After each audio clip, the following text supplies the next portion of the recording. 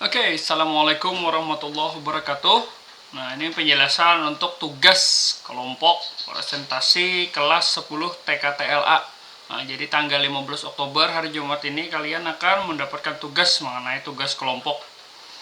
Nah, ini kelompoknya sudah Bapak bagi, ada 6 kelompok, masing-masing 6 orang. Nah, kelompok 6 saja yang ada 5 orang. Ini sudah disesuaikan absensinya untuk kelompok 1, 2, 3 ini untuk absensi ganjil. Nah, ganjil. Nah, kelompok 1 ada Adam Adiputra, Anarianti, nah, dan lain-lain. Nanti silahkan dicek pembagian kelompoknya.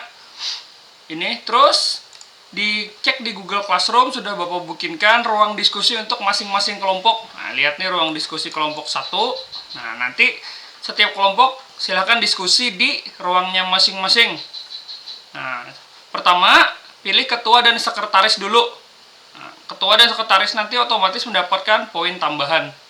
Ketua fungsinya atau tugasnya adalah mengkoordinir rekan-rekannya agar aktif berdiskusi, nanti presentasi, dan juga membuka dan menutup presentasi.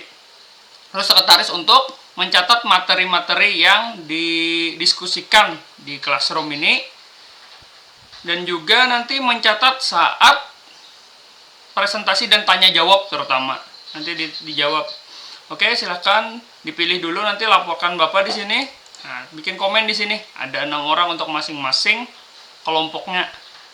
Kembali ke sini lagi. Nanti untuk setiap kelompok itu ada materinya masing-masing, ada temanya masing-masing. Misalkan kelompok 1 akan membahas proses industri ketenaga listrikan, yaitu pembangkitan tenaga listrik.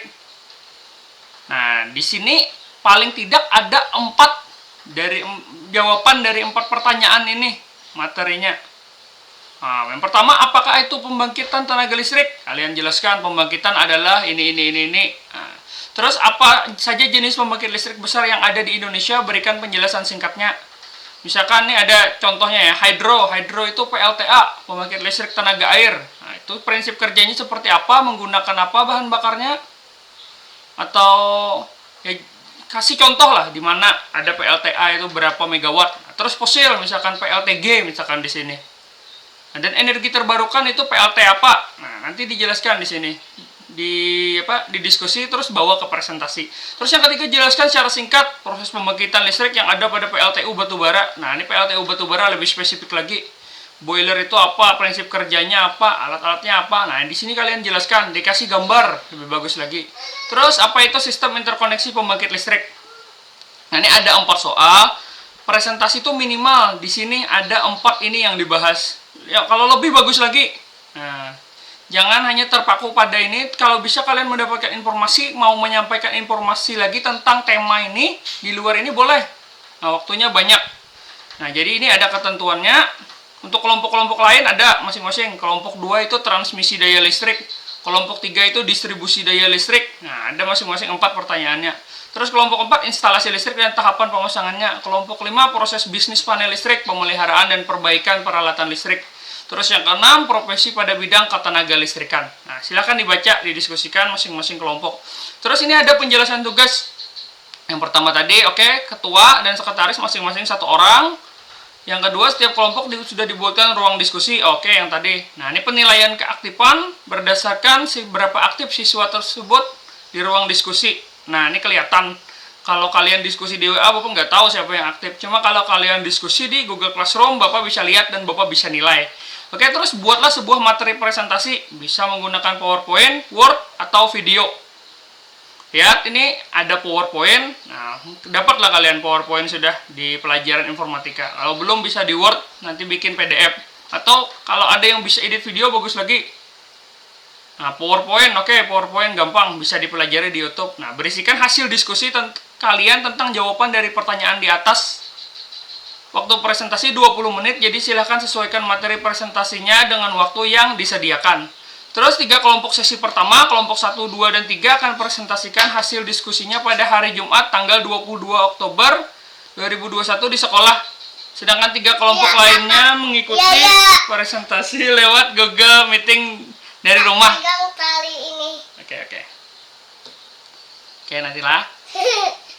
Nah, ini 3 kelompok pertama, 1, 2, 3 kan minggu depan kelompok yang absensi ganjil. Nah, ini siapkan. Ada 3 kelompok yang ikut presentasi, sedangkan 3 kelompok lainnya di rumah. Nah, minggu depannya lagi gantian, yang kelompok genap, kelompok 4, 5, 6 yang presentasi, kelompok 1, 2, 3 ngikuti lewat Google Meeting. Laptop sudah disediakan, jadi tinggal bawa flashdisk saja.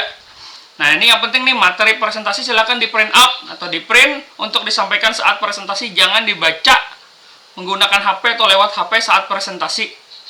Waktu presentasi setiap kelompok 20 menit, bisa 2-3 orang bergantian presentasi. Nah, gak usah banyak-banyak yang presentasi, 2-3 orang cukup.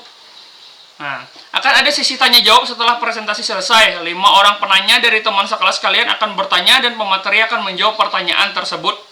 Penanya akan mendapat 1 poin, sementara yang menjawab pertanyaan akan mendapat 2 poin apabila benar. Nah, nanti setelah habis ini ada sesi tanya jawab. Jadi kalian harus menguasai materi sesuai tema yang sudah dibagi. Jadi misalkan pembangkitan, ya pembangkitan harus kuat materinya, dicari, disiapkan bahan-bahannya, karena pertanyaan itu ada 5 tuh mungkin setiap kelompok 1 boleh.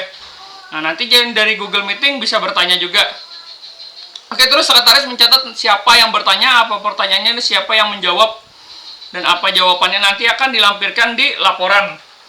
Nah, untuk tugas kelompok, buatlah laporan tentang kegiatan tugas kelompok ini, berisikan materi dari masing-masing. Hasil diskusi tadi dibikin materi kan, dibikin presentasi, terus dikumpulkan dan hasil diskusi dari tanya jawab. Nah, sesuai yang tadi, siapa yang bertanya.